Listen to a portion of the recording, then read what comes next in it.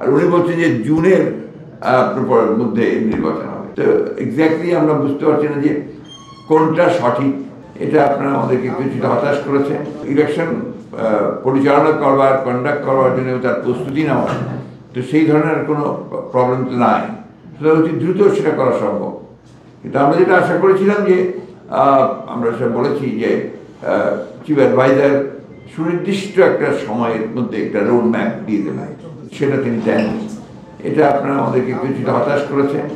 একই সঙ্গে জাতিকে কিছুটা, আর তারপরে তার প্রেস সচিব যে কথা বলেছেন, এই কথাটা আবার সাংঘর্ষিক হয়ে গেছে। তিনি বলেছেন যে আপনার 25-এর শেষের দিকে অথবা আপনার 26-এর প্রথম দিকে চিফ অ্যাডভাইজার বলেছিলেন, আর উনি বলছেন যে জুনের মধ্যে নির্বাচন হবে। তো এক্স্যাক্টলি আমরা বুঝতে পারছি না যে কোনটা সঠিক।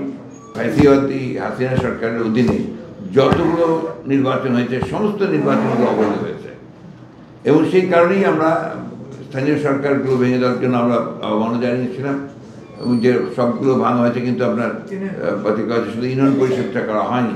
আমরা সেটাও দাবি জানিয়েছি ইউনিয়ন পরিষদে অবিলম্বে এটাকে আপনার বাতিল করা হয়েছে। সংবিধানের ৫ম সংশোধনের মাধ্যমে তত্ত্বাবধায়ক সরকার ব্যবস্থা বিলুপ্ত করা হয়েছিল, সেটাকে অবৈধ ঘোষণা করা হয়েছে।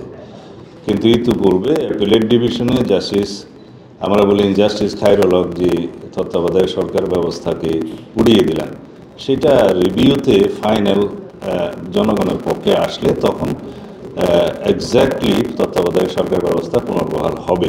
তা আমরা আশা করি সেটা হবে, এবং তত্ত্বাবধায়ক সরকার ব্যবস্থার বাইরে 2014, 18 এবং 2024-এর যে একটা ভোটারবিহীন আর একটা রাতের ভোট আর একটা হচ্ছে ডামি ভোট, যেটা এই বিষয়ে যদি আদালতের কাছে কেউ কোনো রকমের আবেদন করে, তখন আদালত এটা বলতে পারবে।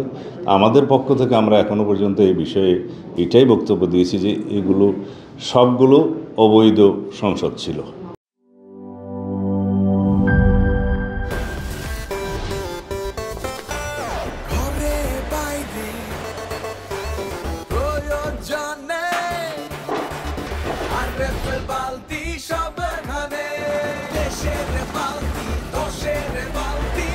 আরএফএল বালতি, দেশের বালতি, দশের বালতি।